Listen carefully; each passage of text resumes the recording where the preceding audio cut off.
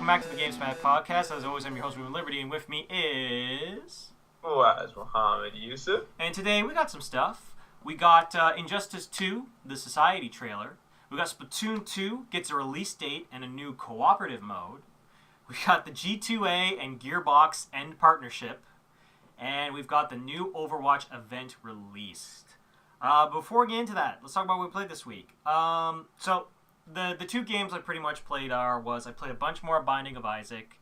I've pretty much been playing that anytime in my off time. It's sort of like my Switch game to play. Because I've pretty much beaten most of Zelda at this point.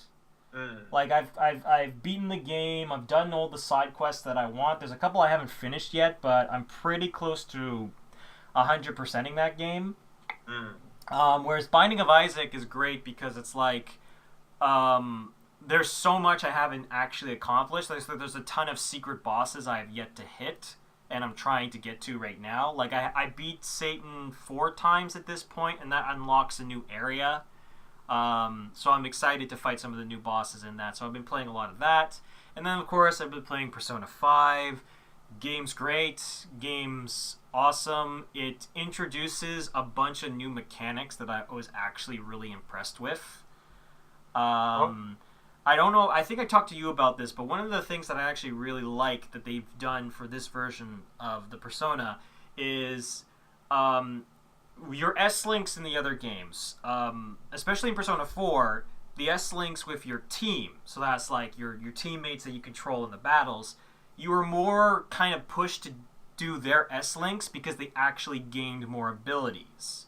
Like, he'll take a mortal blow for you or something like that, that kind of stuff. Yeah, exactly. So it was very valuable.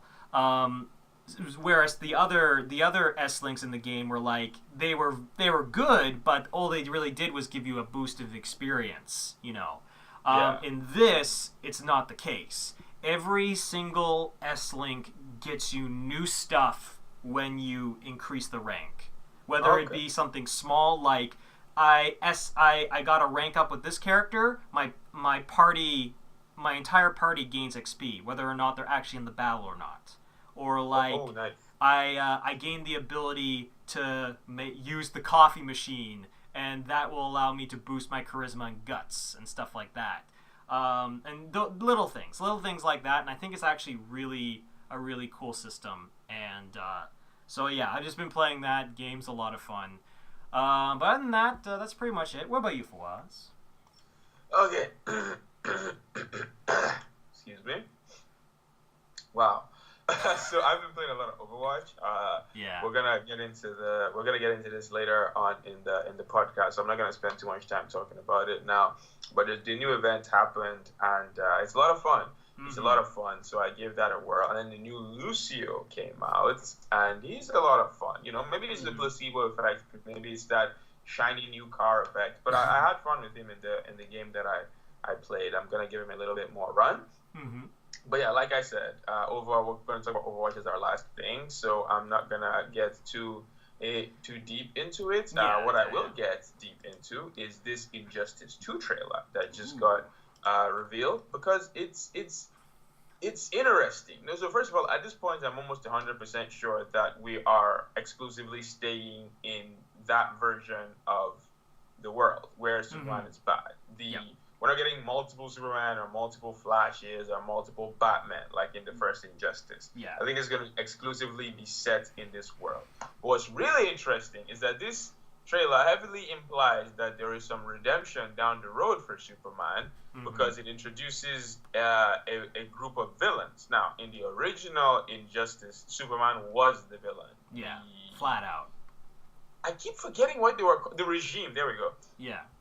The Regime were like villains, and that was that. But this introduces Gorilla Grodd and his group of not superpowered people, which I find pretty interesting. Almost all of them are humans, but hey, you know what? To each his own. It introduces his group of villains called the Society, and then the fact that there's a group of villains heavily makes me feel like. And there's also a shot of Superman standing opposite Batman, and he pulls off the rug on a shattered Justice League table that heavily implies a Justice League reunion, because like this, this is obviously in the present day because the Justice League table has been destroyed and stuff. So yeah, and then the two of them are in the same room and not killing each other. So it would be interesting to see that it's kind of like, all right, we need to put our differences beside us to fight the real threat, kind of. Yeah, that's the impression I'm getting, that there might be some redemption. So one thing about the trailer that's triggering the entire comment section is that there's a moment in the trailer where Deadshot, he loads up a bullet in his gun, right? Right, yeah. Then he scopes in, and like the Flash is running, and he's following the Flash's legs with his scope, and people are like, what? That's impossible. Deadshot could never actually track the Flash while he's running. Like, you don't know. Maybe he trained every single day so that he could see the Flash running. You know how comic book fans get. This is one of the things that I saw in the trailer, I didn't even cross my mind. And then the entire comment section, people are just triggered. How the hell did Deadshot manage to shoot the Flash? And how can he see him through his scope? Nice logic, NetherRealm. Deadshot can't follow the Flash by his scope. What the actual fuck? Isn't like, what is it? Isn't the Speed Force basically magic? Like, like that's what I find hilarious. They're trying to argue like, oh, he couldn't possibly do that, when the Flash himself works on kind of bullshit logic sometimes. That's the thing, right? For me, I'm like, okay, you know what? Sure. Like, we create the rules of this world, and we're supposed to follow the rules. But every now and then, I just let some shit go. You know, it's like, whatever. I've got better things to do. But I mean, it is bullshit. Like, logically speaking, Deadshot would never be able to follow the Flash. But whatever, I don't care. The trailer looks cool, and I'm excited to see some more. The story is developing really nicely, and like I said, as has become a weekly tradition, that is our weekly talk about Injustice 2 segment. So, I mean, like it is interesting to see that like they're really pushing the story in this one, and they've got a pretty varied cast of characters, and I feel like this is setting itself up to be a really good hit. So I really hope, because like I am glad that they can do the Injustice games in the off years, because it allows them to not just be known as the Mortal Kombat guys. You know? Yeah, I know, you're right. Actually, they're really pushing this story. It's funny because I thought when I saw that first trailer, I thought they were going to be pushing the customization. Now, as I say that, they also released a customization trailer showing you all the different like armors you can put on and stuff, and apparently the armors change your stats, which I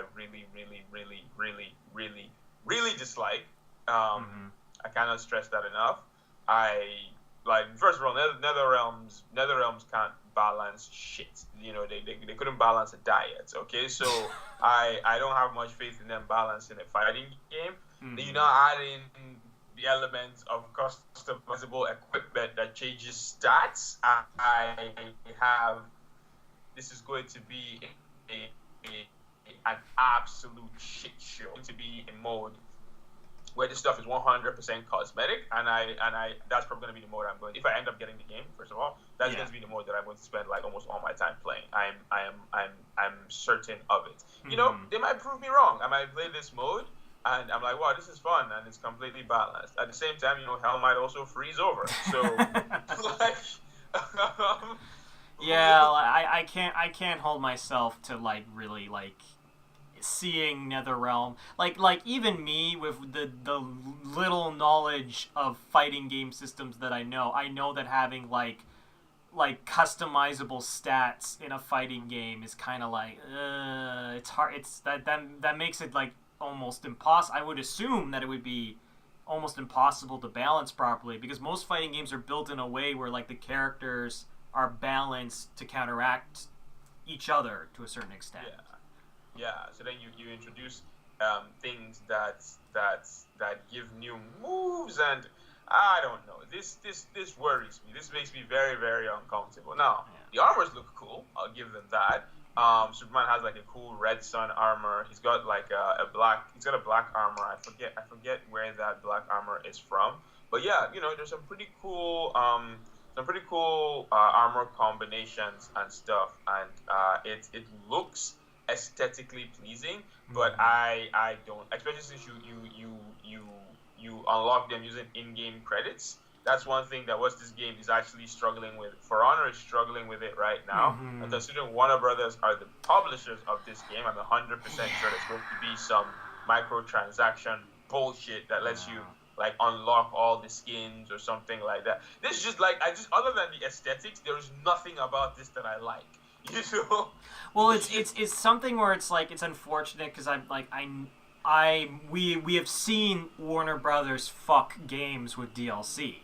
Like Evolve is the most like the legendary example of a game that got completely fucked by its DLC structure. Yeah, not Warner Brothers though.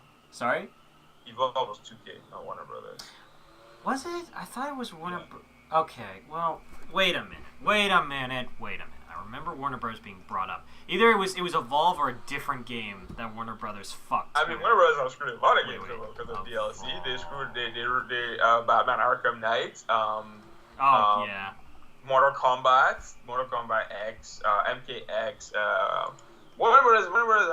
have had their games, but no.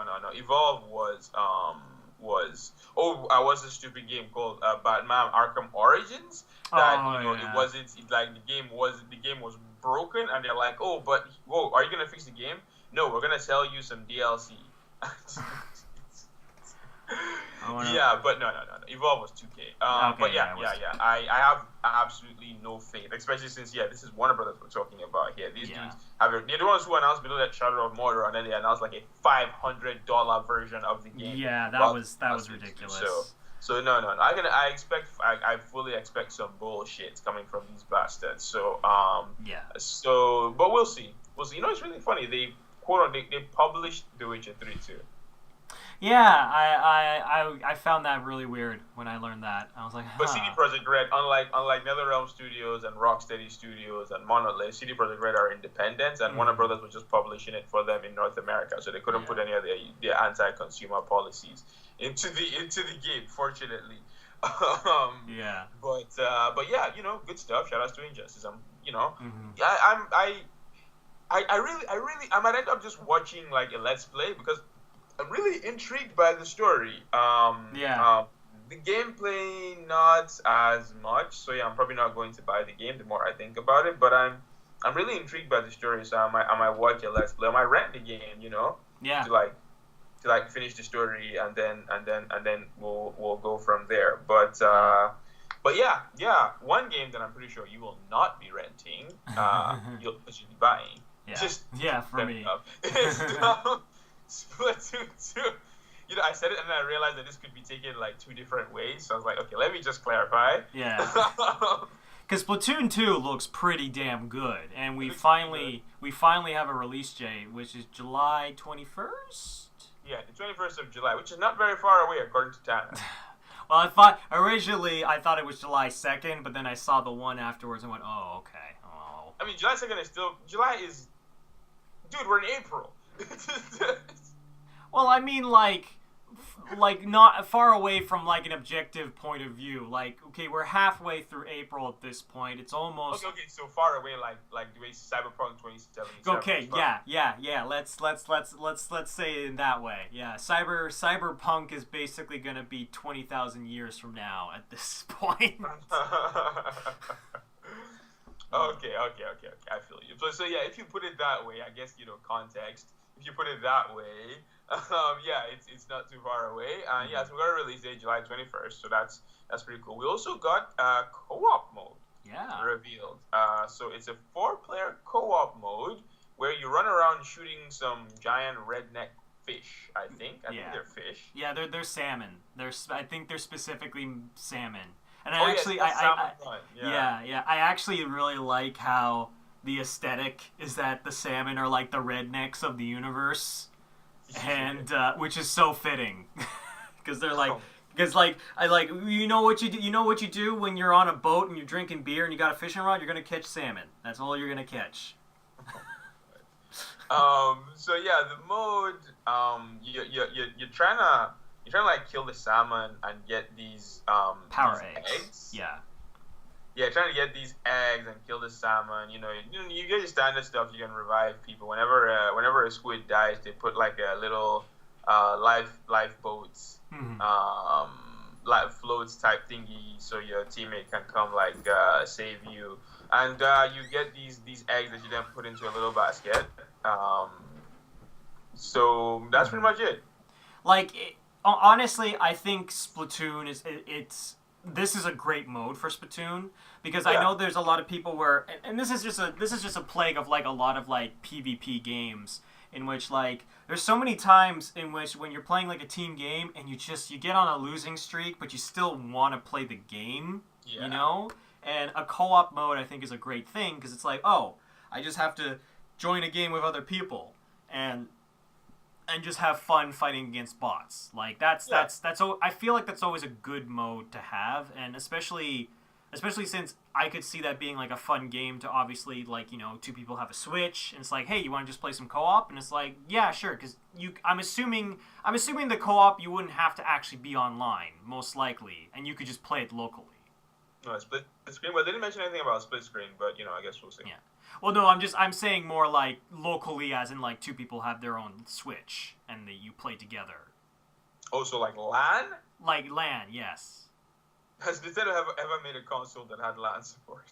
Well, that's what the Switch is supposed to have. They've said that. Okay, so the Switch. Wait. The Switch is supposed to have LAN support, or the Switch has LAN support? Okay, well, from what they've shown, at least from the concept video, is that you can, like, 4 people have Splatoon. Like, each person has a copy of Splatoon 2, right? They each have a Switch. They can sit next to each other and play a game against each other. That's what I mean. Locally. Oh. That's what is that actually how the Switch had it? Because I saw the commercials and it was like, okay, it's handheld, but I didn't. Okay. Because I don't think it's something that you would have to connect to the internet. I think because Nintendo has always been pretty good as far as like supporting local play. Because I know Monster Hunter was like that. You didn't actually have to connect to the internet to play with friends. You could just play locally. Okay. Well, that's what my. Okay, well, I guess we'll find out. Yeah. Yeah, it will be interesting to see. Like, well, honestly, that's the reason why I'm excited for Splatoon 2. I mean, if I'm being perfectly honest, the main reason why I'm excited for Splatoon 2 is that now I can play Splatoon that doesn't involve that shitty-ass Wii U tablet. Oh, it's gonna make the game so much better in every conceivable way. But yeah, Splatoon 2. There's a bunch of Nintendo news. We might talk about it next week. But our next topic is an interesting one. G2A and Gearbox and partnership. So this was a shit show, to say the least. Basically, what happened was that around the time of the Gearbox announcing their kinda overpriced remaster of Bulletstorm, they said we're having a partnership with G2A, and this was really baffling to a lot of people because G2A has been known for a lot of shady practices. For those who don't know, G2A is mostly known as a place that you can sell and buy keys for games, right? And the thing is that a lot of these keys are fake half the time, and there are also a lot of keys that have been purchased and are via illegal means. So someone buys a key illegally and sells it on G2A.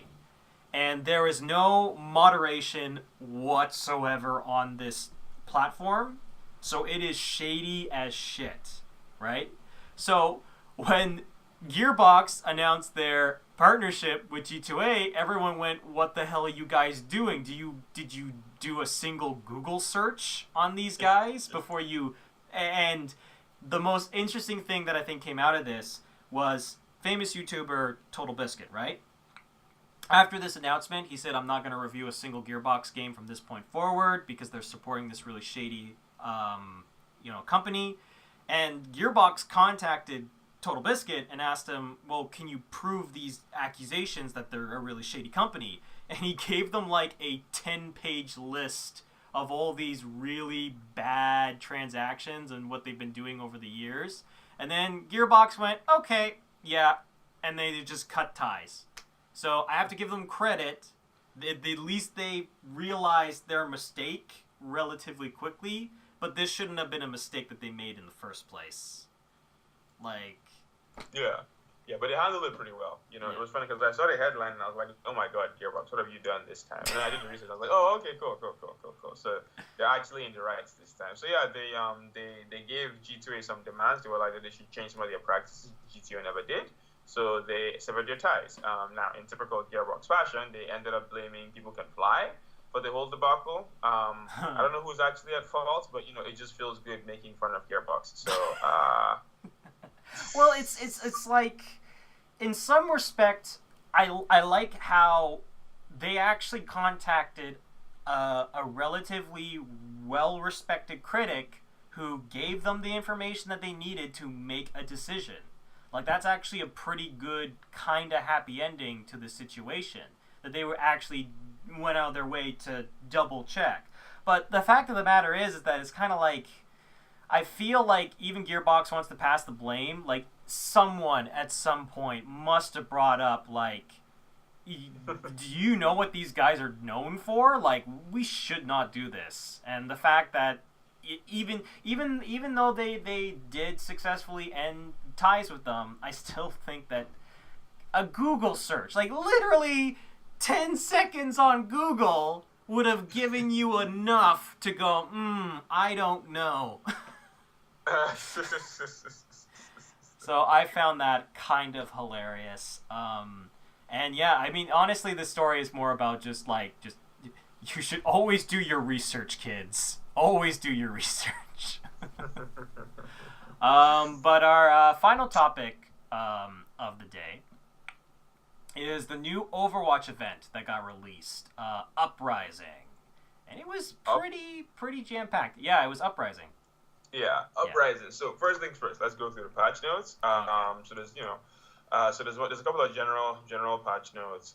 So they added details about each hero's unique backstory, along with information about some of their lore-inspired skins to the hero gallery. Mm-hmm. So for example, did you know that that what's that stupid skin? The Junker skin that Diva has? Yeah. Yeah, so apparently Junker wrestling is like a big thing in shit. I forget the city that Junkrat is from, but in the city that Junkrat is from, there's a lot of people wrestle in those kinds of suits, kind of like monster truck type thing. So yeah, there you go, a little bit of lore. So there's like little. I mean, now it's not on all the skins because not all the skins have a backstory, but there's enough, like, when you scroll over the Widowmaker ballet skin, or the Odette skin, it explains that Widowmaker, or her name Emily, was known for actually being more of a dancer than an assassin back in the day. That's actually really tragic. Yeah, like, it's pretty... Well, I mean, like, I one of the themes that I really liked about this event is that we're getting a decent chunk of lore that's in the game. That you don't have to go to YouTube, or you have to go and find someone who kind of gives you the cliff notes of the comics, you know? Like, it's the fact that we're actually getting, like, good lore stuff, like lore information in the game, I thought was actually really, really good. Yeah, no, I completely agree. So yeah, the other stuff with the patch, they've added a new tracking system to assault and escort maps. So, now you get scored based on progress made capturing towards an objective. So, if you're on defense on Hanamura and I'm on offense and we almost cap the point, but you stop us, and then we switch, we're on defense, you're on offense, and you guys never even touch the point, we will win because we made more progress. So yeah, this is going to be interesting because the one issue, like, this is what a lot of people asked for, right? But one unforeseen issue that this has created is that if we full hold you, like, you guys don't touch the point at all. You don't build any progress on the point. we just have to touch. We literally just have to touch the point with you not on there, and we'll win. Yeah. Okay. Yeah. So that is kind of yeah, a problem. I saw a video of a Eichenwald defense, and they pushed the choke, and this person picked Sombra, went behind them, and literally just touched the points, and it was game over. So this is one issue that a lot of people are having with it, and they're kind of mad about it. I'm not sure where I stand on it, because on one hand, I'm like that, okay, people are like that, oh, we're really disadvantaged. I'm like, well, you should be disadvantaged. If we whooped your ass so badly that you didn't get any progress on the points, then I think we should have that advantage, and you shouldn't be able to hold the choke the way you normally want to. Mm-hmm. I think, but obviously it doesn't feel good, right? Like that, just plain and simple, it doesn't feel good to win that way, and it doesn't feel good to lose that way. So I feel like there's still some tweaking to be done here. Yeah. At the end of the day, if like the game is supposed to be fun first and foremost. So if no one is having fun with this, then I guess they should look into it. However, this is the change that they made. They also added a new route to Eichenwald. Mm-hmm. The big choke point at the beginning, they added a little door to the right that leads in. It's interesting. It seems like a death trap. Like it's a very small room that I can already see the Symmetra turrets and the May ice walls and all the nightmares. But it's an option. So I think that's a big deal. So it's I'm assuming you're talking about like on Eichenwald there's the big arch, like at the first point, right? Yeah, the first point is a big arch, and then there's that little room to the right. Yeah. They actually added some like a passage in that little room that also leads to the point now. So you have multiple ways to get, because like right now you have the big arch, and then certain heroes like Genji, Pharah, Diva, Mercy, I think Lucio can go around.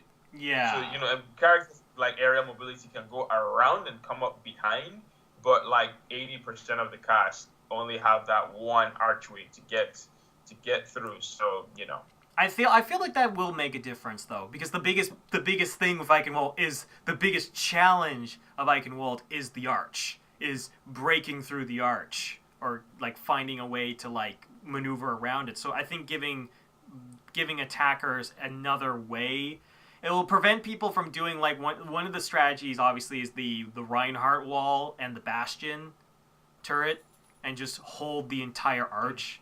And I know that's a common thing that happens, so at least that will prevent that being like a really strong strategy and make people have to like think of different ways to deal with it.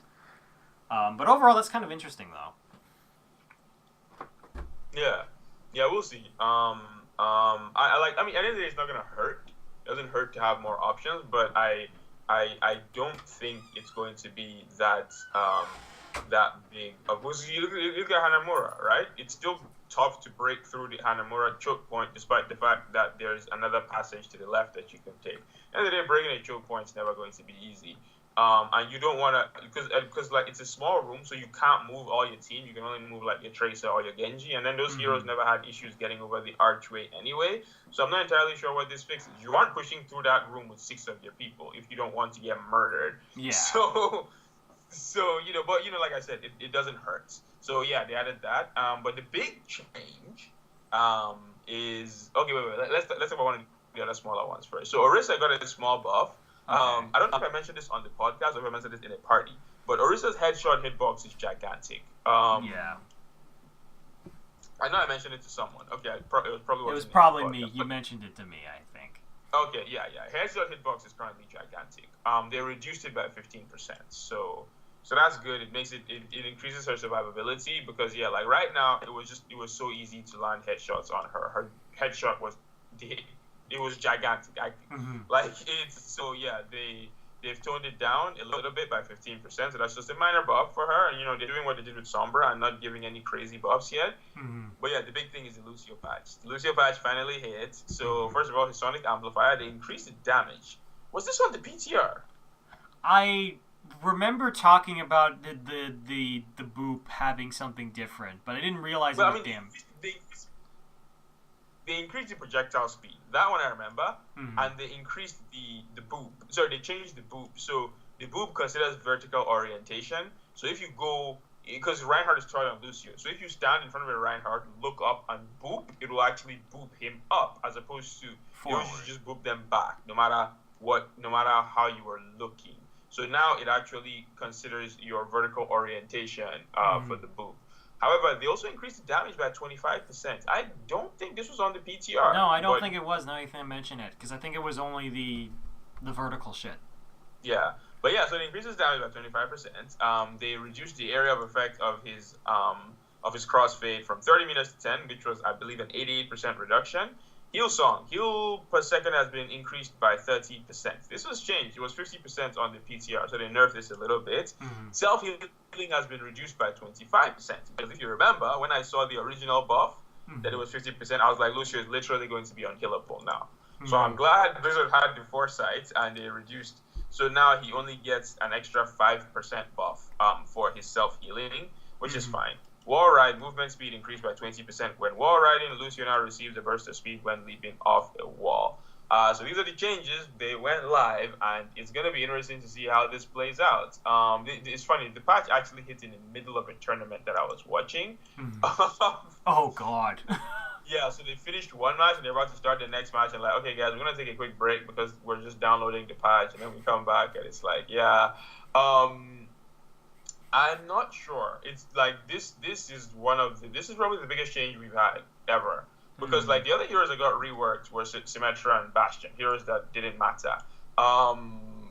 Lucio is actually a very important hero, so the fact that he's gotten completely reworked, I'm really interested to see how this is going to play out. I played a little bit of him, and he's fun.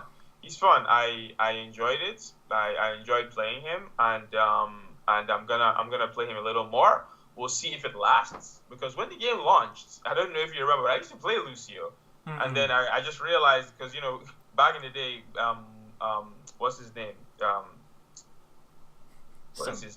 Zenyatta. There we go. Zenyatta was terrible. Yeah. And I hate playing Mercy, so I played Lucio, and then I was like, I don't like playing this character either. I remember every time I was asked to play healer, I just used to play Zen. I was like, I'm going to play this terrible character because I have more fun dying with Zen than I have playing Lucio. Yeah, no. The only thing that I have noticed since the patch went live is that there's a lot of people playing Lucio, and that's all you're seeing at the moment. But I think that's kind of like just the mentality whenever a patch hits, live, is that everyone's gonna want to play Lucio. Everyone's gonna want to play Lucio. So yeah, that was a bit annoying because I was fighting against a lot of different Lucios. Why is that annoying though? Well, I don't know. Like it's more that like I get tired of fighting against the same comp. Like it's like, oh, who's the support? Oh, it's Lucio. Oh, it's the support. Oh, it's Lucio. It's like sometimes I like it when it's like, oh, there's a Zen this time, cool, or like, oh, there's a Mercy. Okay, gotcha. I don't know. Like it's not like completely like, oh, I'm putting my fist up in the air and shouting at the sky. It's just more of a minor annoyance, I guess, to me. Yeah. Well, it's not gonna last. Like this happened with Orisa. When Orisa launched, I literally couldn't play her because every game that I got into, people were playing Orisa. People have already stopped playing her. So it's gonna happen with Lucio too. The Mercy mains will go back to Mercy. The Ana mains will go back to Ana. The Genji mains will go back to Genji. And the Zenyatta means to go back to Zenyatta. But yeah, it's gonna be. I don't think this is going to have much of an effect on like our level of play, because like the thing with Lucio is that what's really powerful with Lucio is his speed, and most people don't use his speed properly at like lower levels. So I honestly don't think this is going to have too much of an effect. The increased healing is going to be helpful, but it's really not that noticeable. I mean, 30%. Is not a lot, It sounds like a lot, and then you actually calculate it, and it's not a lot. I mean, it adds up, and he builds his ult a lot faster now. Oh, speaking of which, they took away because I don't know if you remember, but on the PTR there was a nerf to the range of his sound barrier. Yeah. They reduced the range of his sound barrier. They took that away, as you can tell. They also did not reduce the cost of his sound barrier, which I think was a mistake. Because with his increased damage and his increased projectile speed and his increased healing, you're going to be building soundbar very, very, very, very quickly now. Now, whether or not that's a terrible thing is is the question. Maybe they didn't think that was a bad thing. They were like, okay, we have no problem with people building sound barriers quickly, which is fine. Zenyatta builds Transcendence like that, so maybe they wanted him to be more in line with Zenyatta, because sound barrier and Transcendence are also very similar ultimates. So maybe that's what they wanted. So that's if that's the case, then that's fine. But you're going to be building sound barrier a lot quicker now, a lot quicker. So just bear that in mind. But yeah, cool stuff. We're gonna see what to do with Lucio. Now the big stuff. This isn't even the big thing. This is just the appetizer. Yeah. The big thing is the what's it called? It's called the Overwatch Uprising. Yeah, Uprising. It's a pretty big event. Holy moly. It's a pretty big event. I love how we spent like 20 minutes talking about Overwatch and we haven't even spoken about the biggest deal. So a new event started today called the Overwatch Uprising. It goes from April 11th to the 1st of May. So fortunately, for the last week, I won't be in school anymore. So I'm probably not going to sleep much that last week, and I'm just going to farm items. But I digress. So the event, it's a PvE mode, which is what was a lot of people speculated. It's a PvE mode set in the past. So it's set during the golden age of Overwatch, and the Omnic crisis has ended, but there are still, but there are still some this section of Omnics called Null Sector who aren't feeling humans, and so they do something in the UK. They destroy some shit. So Soldier 76 sends in a crack team of Reinhardt, Mercy, and Torbjorn. But then also, because this shit is going down in the UK, they need someone who is familiar with the UK. They send in Cadet Oxton, who some of you might know as Tracer. Yeah. So this is her first mission. This is literally Tracer's first mission. And she goes in with Reinhardt, Mercy, and Torbjorn. And the actual mode, it's so you have to go through and capture 3 points. So you just stand in the points, and then waves of enemy attack. But fortunately, Blizzard were wise enough to not just make it a basic ass horde mode. So then you go for 3 different locations. You capture those spots, and you go. There's a payload that you have to protect. You have to protect the payload for 4 minutes, and you have to escort the payload to this location. And you get to that location, and you have to kill 4 OR-14s, which is pretty much Orissa's original model that became Orisa. So yeah, it's a pretty fun mode. I played it a couple times. Oh, and also Blizzard, because people really liked the Junkenstein's Revenge. I actually didn't. I prefer this mode a lot more. Oh, if we're comparing it to Junkenstein's Revenge, this mode blows Junkenstein's Revenge out of the water. This is really it's the polish on this, because Junkenstein's Revenge, it felt kind of something fun that the team put together in an afternoon or something like that. Not disparaging the work that was put into Junkenstein's Revenge, but this feels very, very, very polished. But anyway, because in Junkenstein's Revenge you could only play 4 heroes. You could only play McCree, 76, Anna, and Hanzo. Whatever, doesn't matter who. Hanzo, thank you. That's a terrible team composition, but I digress. For this one, there's the basic mode where you can only play Tracer, Mercy, Reinhardt, and Torbjorn, and then there's another mode where you can play whoever you want. Now, take my advice. Do not leave spawn without a Mercy, okay? This is coming from someone who shits on Mercy every podcast. I played this mode, and I picked Anna, and then I realized something very important. Anna can't heal herself. Yeah, that's a problem, isn't it? I mean, she can heal herself, but she heals herself with an ability that has a 10-second cooldown. Whereas Mercy's the only healer in the game who passively regenerates HP. Yeah. So, unless there's a 76 on your team, do not leave spawn without a Mercy. Honestly, the two that seem to be relatively decent choices as far as support are obviously are Mercy and Lucio to a certain extent. I've run a couple of games with Lucio as our only support, and they've been fine. The only problem with the picking Lucio is that you really need that Lucio to pay attention, because I've had a couple games where Lucio's just hopping around like a maniac, and I'm like, I need you to come over here to heal me, for God's sakes. Because there's no health packs on the map. There's no health packs on the map. Yeah, for me, the reason I don't, because you need a tank, right? Yeah. If you're playing on any of the higher difficulties, you need a tank, and you probably need a Reinhardt. But sure, maybe you can get away with a Winston or a Diva. But if you are running a Winston, a Diva, or a Reinhardt, they're never going to be at full health if Lucio is your only healer. So that's the reason. So like for me, there's only two healers that can keep tanks up: Mercy and Ana. Mm-hmm. And Ana can't heal herself, so it just comes down to Mercy. Zen's healing is way too slow. But anyway, I digress. The mode is really fun if you just play with those four, like the way it's intended with those four heroes. It's really fun. You also get to use some of the skins. Oh, there's also some pretty cool skins. So we got the actual Overwatch skins. So what's his name had one at the start. 76 has 76, one. His Commander Morrison skin, and Ana has one. Her Sergeant Amari skin. But now Mercy, Wilhelm, Oxton, and Lindholm, Torbjorn, all have their skins. Torbjorn also has like a skin with his beard shaven. I didn't even recognize it. I thought it was a different character.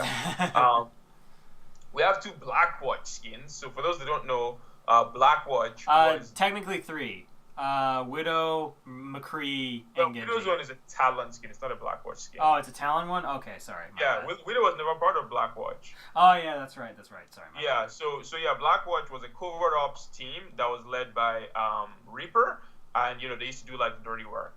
While Pretty Boy Morrison was there getting the limelight, the Blackwatch was doing the undercover shit. Mm-hmm. So the only Blackwatch people that we knew of at the time were Reaper and McCree.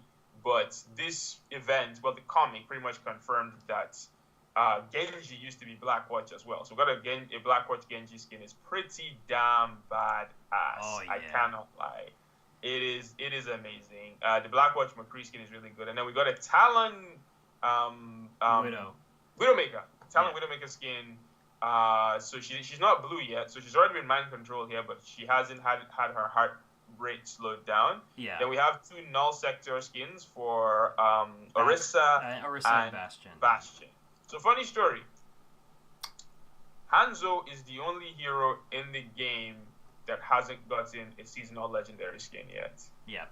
I saw a bunch of posts of people being super salty. But that's not Ana and Sombra haven't, but Ana and Sombra are DLC heroes. Actually, Sombra technically did get a seasonal skin, the Christmas event. She got an epic. She hasn't got an legendary. Okay, not a legendary. Yeah. Yeah, because Hanzo's got an epic. You got the Halloween epic. But yeah, I've got no love for Hanzo mains, okay? But I'm actually with them on this one. I was really mad. Okay, so here's the thing. Because I look at the skins, and these skins are really, really good, right? Mm-hmm. But I'm like, Mercy, Tracer, Reinhardt, these are the heroes you're giving more skins to. Mercy, Tracer, and Reinhardt. But I want my Mercy skins, Fawwaz. I agree with you on Tracer. This is why I lumped Reinhardt in there, right? This is coming from a Reinhardt player. I was joking with you a couple of days ago that I have so many Reinhardt skins. I had to ask my little sister to pick one for me because I don't even know which one to play. Like, I have so many Reinhardt skins. And then you can only use one of these skins at a time. And it's like, are you kidding me?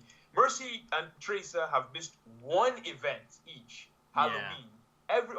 No, not Halloween. I think they technically... Mercy missed Christmas. Mercy didn't get a skin for Christmas. Yeah. And she didn't get a skin for Halloween. Tracer has only missed Halloween. She got a Summer Game skin, same with Mercy. She got a Christmas skin, unlike Mercy. She gets a Chinese New Year skin, just like Mercy. And then she gets an Overwatch Uprising skin, too. Whereas Widowmaker just got her first legendary. McCree just got his first legendary. Genji just got his first legendary. Actually, and Hanzo still doesn't have shit. Like, Ana has more unlockables than Hanzo, and Ana came out 3 months after the game launched. Like, it's ridiculous. It's actually ridiculous. Like, it got to, like, what's his name? Jeff had to post. He's like, oh yeah, we've got like a bunch of Hanzo skins coming, and I'm like, okay, you know what? Like, I understand, right? Like, they organize some of these skins around the event itself. But like. There's no reason why. Okay, other than the fact that Japanese and so let's get it this way: the Japanese and the Chinese don't have much love for each other. So Hanzo was not getting a skin for Chinese New Year. That would have been in poor taste. We'll give them that, right? But okay, Summer Games, Halloween, and then now this, part of the thing is like I'm thinking about it, and it's like with this type of event, what kind of Hanzo skin could you give him? They could give him any skin. Come on, let's be honest with us. Well, I mean, like with like. Look at his Torture skin. Okay, well, I'm saying like from aesthetically, because like if from a lore perspective, right?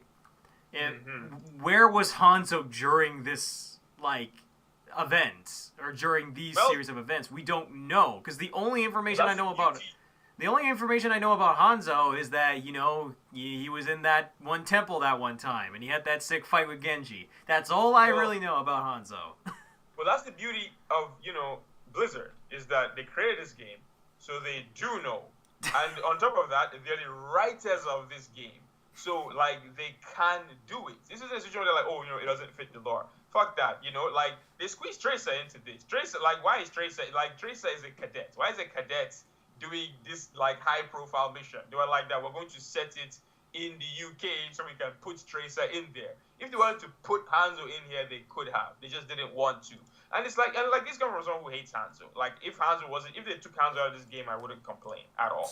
I actually hate that character. Every time I see Hanzo on my team, I throw up in my mouth a little bit. But just from a parity point of view, right? You put yourself in a Hanzo's position. If it was Mercy that was showing it this way, how would you feel? I wouldn't be very happy. Exactly. Yeah.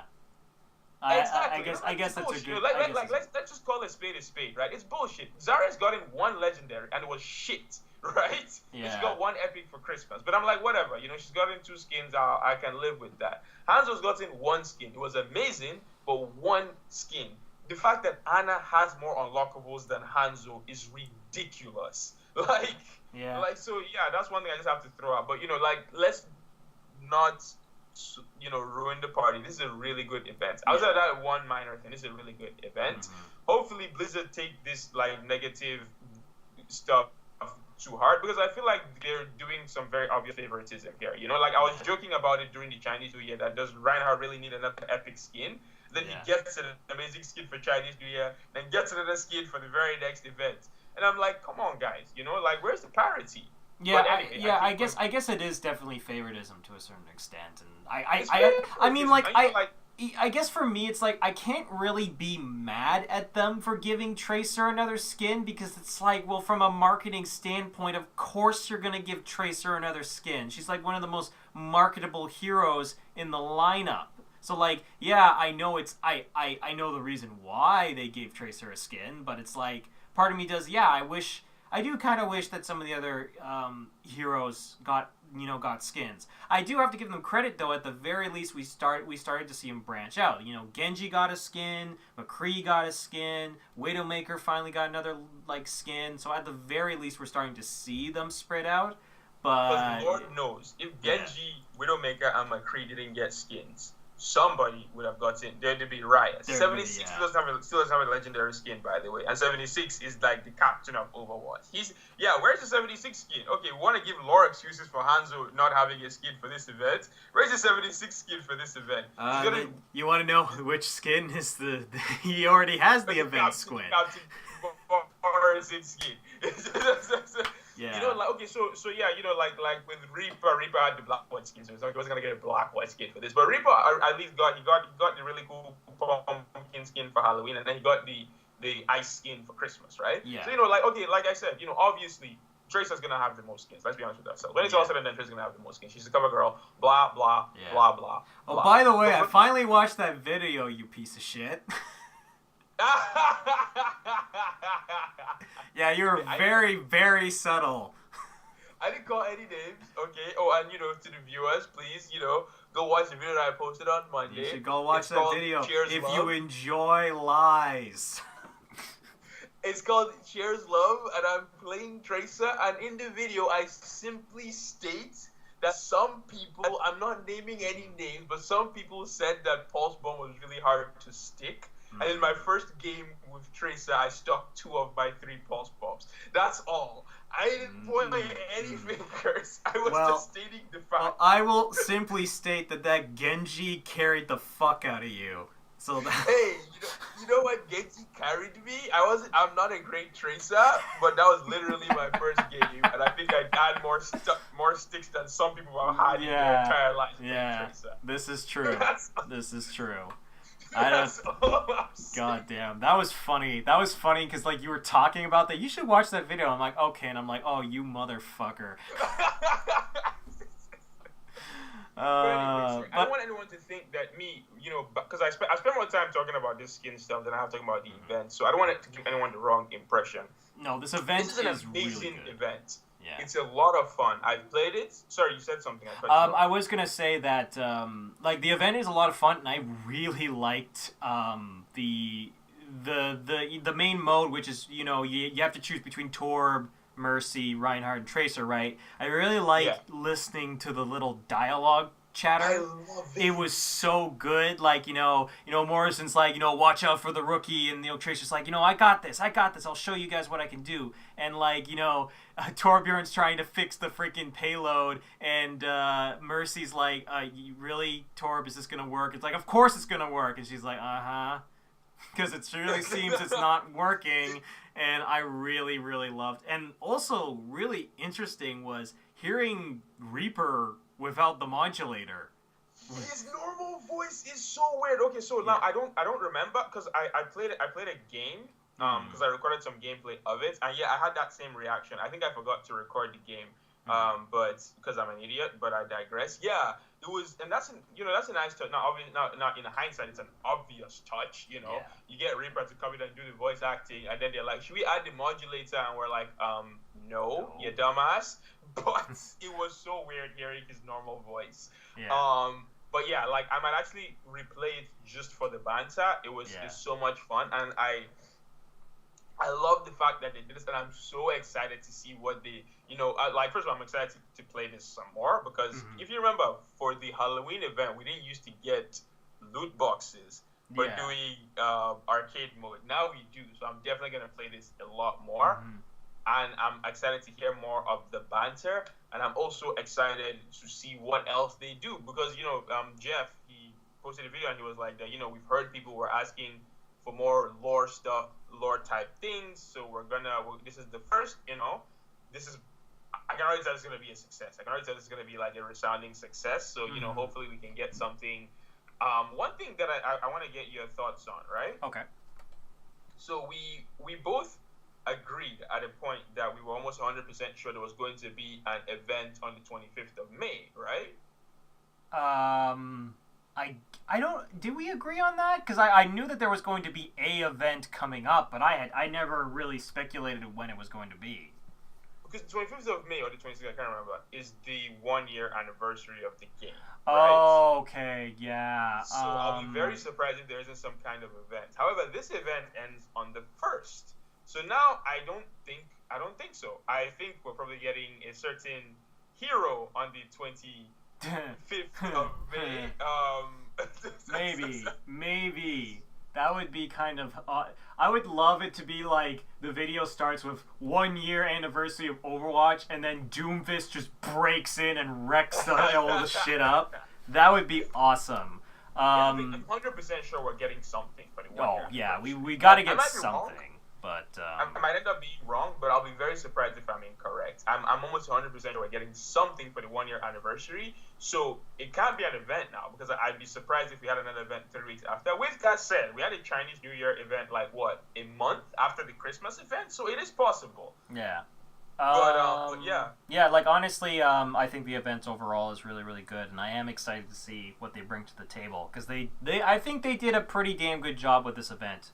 All things considered. Yeah, so. You know what I wasn't happy though is that my pack buying did not yield success.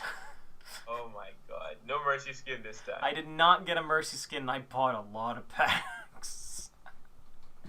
There's a lot of legendaries. I just realized there's only 2 epics: the Null Sector Bastion and Lieutenant Wilhelm. Every other skin is legendary. Oh, I was so salty after that because I kept on getting legendaries for normal. Like I got 2 Widowmaker legendaries. I got the Odette and I got the vampire one. I don't even play fucking Widowmaker. I've touched her for like maybe 5 minutes. I was just like, ugh, why you do this? But anyway, we got our question of the day before we wrap things up. We should move on because this is a big one. So, the wonderful J Streets, he's asking us to answer my own question from last week. Not counting Persona Arena, I've never played a Persona game. So help me out. Sell Persona to me. What is it about this franchise that attracts you? The more details, the better. So, do you want me to give a first swing at this, or...? yeah, go first. Okay. Well, honestly, J Streets, it's a lot of things. Like the most yeah. The big thing for me is that I really like that this game is about it's about spending a school year with characters. So the thing that I really like about it is that you get to kind of form these attachments in the game, which is something that I feel like a lot of video games struggle with. Is like having you actually give a shit about the characters you're spending time with, and Persona really does a good job of humanizing its characters and having both dramatic, wacky, and fun moments for you to interact with. And it's a very fun game in that retrospect. And also the best thing, and the other best thing about the Persona is that it's got such style.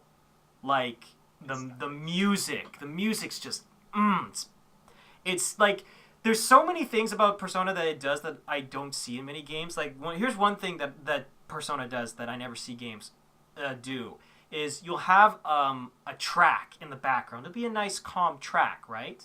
And you'll be listening to the game, and you kind of you nod your head to it, and then you get to a certain point in the game, and then the vocals get added to the track, and it makes it sound completely new and awesome. The music in Persona games are fantastic. And one of the biggest examples of that, the Velvet Room theme has stayed the same throughout all of the games because it's perfect. It is borderline perfect. And they don't need to change it. They don't need to remix it because why fix what's not broken? Yeah. The other thing is that the JRPG elements of the game are they aren't exactly revolutionary, but they function and they're fun. I would say Persona 5's gameplay mechanics are actually pretty damn revolutionary to a certain extent because the game has such a good flow. Persona 5 in particular has a fantastic flow when it comes to the turn-based combat. And the baton pass system is awesome, in which you can and this is for Persona 5, in which you hit someone, you knock them down because you hit them with their weakness, which is fire. And then instead of following up, you can baton pass the turn to another person in your team, and they can attack instead with a boost to their attack damage. And you get this sick transition in which you high-five them, essentially, and they walk into frame. And it's fucking radical. There's so much style that Persona has. And the other thing that I think is also really important for me is that it has an absolutely fantastic English dub. This is the bar when it comes to dubbing your game, in my opinion. They do such a good job of taking their time, making sure the line reads work, and they keep the game rated M. They don't pull a Tokyo Mirage Sessions and remove a bunch of shit from the game. You get the full experience, which I really do appreciate. The personas themselves have such creative designs. You think, oh, Thor. Okay, let's see what Thor looks. Thor looks completely different than what you would expect Thor to look like. And all these other demons and gods and deities have these weird little twists on what you would expect them to look like. And they're all creative, and it makes you kind of look at these demons and gods in a completely different way, which is really refreshing. When you see, when you think of Thor and how Thor is designed in most games, you get a general idea. So it's really refreshing to see a new twist on what Thor could look like. Yeah. So there's that as well, but honestly it's a really fun game, and there are a lot of really get hype moments there, especially with the music. I think the story's good, but I feel the music and how it's designed to really fit the tone and fit the moment, I think is really good, and I don't really see a lot of games really implement their music to that degree. and it's really, really good. And honestly, I could go on and on, but I would say if you are interested in giving Persona a try, if you have a PS3, you should get Persona 4. It's on the store. You can get it for $10, so it's super cheap, and it won't be a waste of money because the game it's a good long length. It's a good solid 70 hours at the very least, because you're essentially spending a school year, solving a mystery in 4. I mean, if you have a Vita, you should definitely get Golden, but I wouldn't expect you to have a Vita. Or you could just go straight to Persona 5 if you wanted to just go straight in. And you know what the other great thing about the Persona games is that they're all kind of self-contained. So you don't have to necessarily start with the earlier ones. You can just go straight to 5 and you'll be fine. But yeah, that's essentially everything I could think of off the top of my head. What about you? You got to help me out, man. Oh, really? Is that everything? So, I can't add much more. I don't want to double up. So yeah, I'll go through my points. So, the core gameplay of Persona is nothing special in my opinion.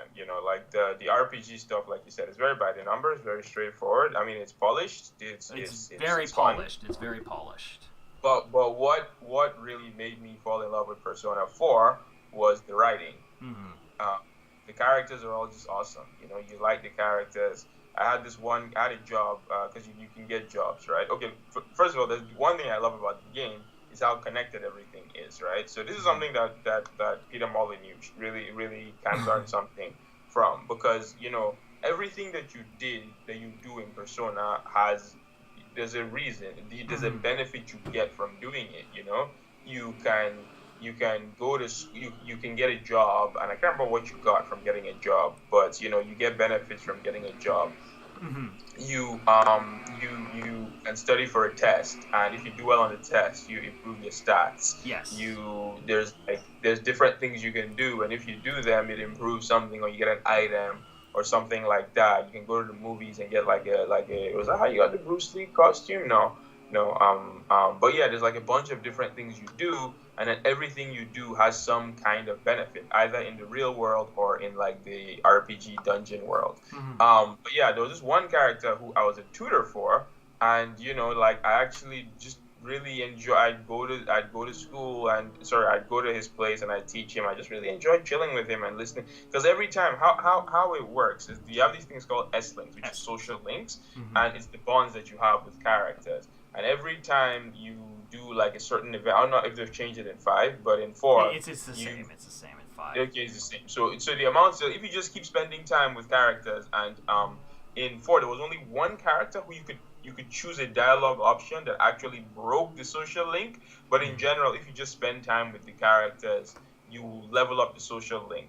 You get different options, and depending on if you say the right thing, it levels the link up faster. But like I said, there's only one person who you can actually break the link. You can say something and she's like, screw you, and you're not friends anymore with that person.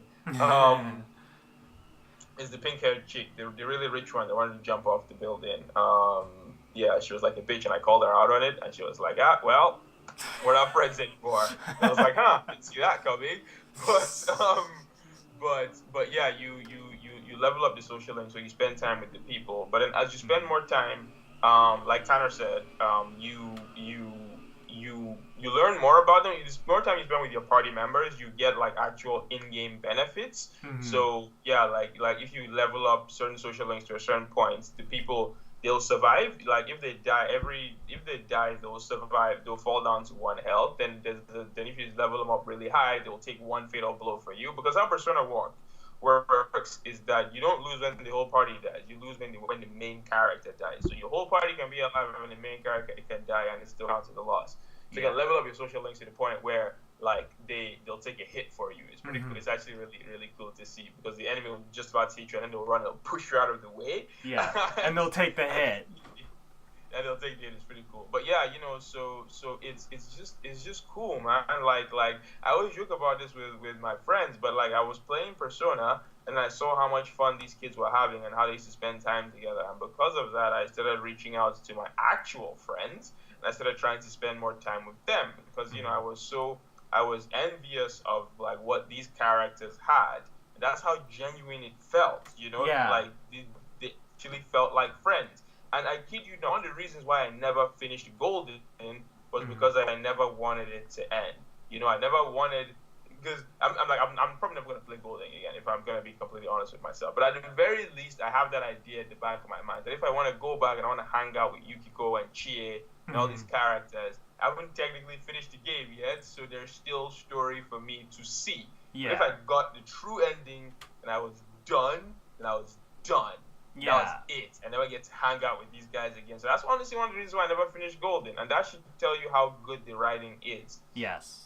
Because it all comes down to the writing, I feel. You know, the characters feel genuine. You know, it's like they all fall into their own tropes, you know? Mm-hmm. But then as you start to hang out with them, you peel back the layers and you see the depth with all the characters. You know, you meet Kanji, and Kanji is just like really burly, tough guy. Yeah. Meathead dude, and then when you learn more about him, you find out some very interesting things about Kanji that I won't spoil on the podcast, even though most people probably know already. Yeah. You know, Naoto, you find out that Naoto is not what you thought they were when you met them. And how that, like, when you, by spending more time with the characters, you really start to, like, grow attached to them, and you also start to see, like, a different side to them. And that's something that, there's a real character arc with each character. There's a real journey that each character goes through. And I think that that's really, really special, and it really handles with a lot of class. So yeah, I don't know if I'm giving you enough reasons yet, but like, Persona 5, honestly, not Persona 5, 4. I haven't played 5 yet, so I can't speak for 5, but I've heard nothing but good things about 5. But 4 was amazing. The one thing I will say that I did not like is that I didn't hate this, but I also didn't. The dungeons themselves, the RPG elements, I did not. I used to beat the dungeons as quickly as I could because they were very, very by the book. They were very by the book. I can attest though that the dungeons in Persona 5 are absolutely fantastic, and are actually a lot of fun to go through. So that's why I'm saying, like, if J Streets actually is very interested in giving Persona a chance, then I would say jumping into 5 would be the best bet. But if he wants to kind of dip his feet in the waters, I would say try 4 because it's a cheaper investment as well. But yeah, I think that's a good overall, you know, that's a sales pitch. Thank you for helping me out with that, because I have been notoriously bad at selling people on things. I end up doing the opposite half the time when I'm trying to get someone, oh dude, you should, like, I end up fucking it up and I don't know how. So I'm glad you're here to help me with this. No, my pleasure. Awesome question, by the way, Jason. Awesome. I definitely, like, I love this. It's funny, it's funny how much I love this franchise, considering I've only played one game in this franchise. Yeah. But yeah, like I fully recommend checking out 4, Golden, or 5 or 3. I recommend every RPG fan, unless you're someone who absolutely hates turn-based RPGs. And even if you do, I still recommend the game because, like, you don't have to spend too much time in the turn-based RPG element. If you're someone who hates people, you hate hanging out with people, you hate, like, learning about people, you hate learning about what people have to go through, then I probably wouldn't recommend this game. You just want to shoot the monsters in the ninth circle of hell. Then maybe this. If you're someone, if you're someone who just likes playing, like, the gameplay, and you don't like the story or the characters or anything like that, then for sure I don't think Persona is for you, because Persona is mainly about the characters. The dungeon crawler stuff is secondary, at least in 4. It's secondary. Yeah, because, like. But yeah, Persona, check it out. Just check it out, man. Just check it out. But if you want to hear us more talking about Persona more in the future, make sure to check out our next podcast. And as always, this was your host, Ruin Liberty, and Fawwaz Muhammad Yusuf. And we'll see you guys next time. Take care.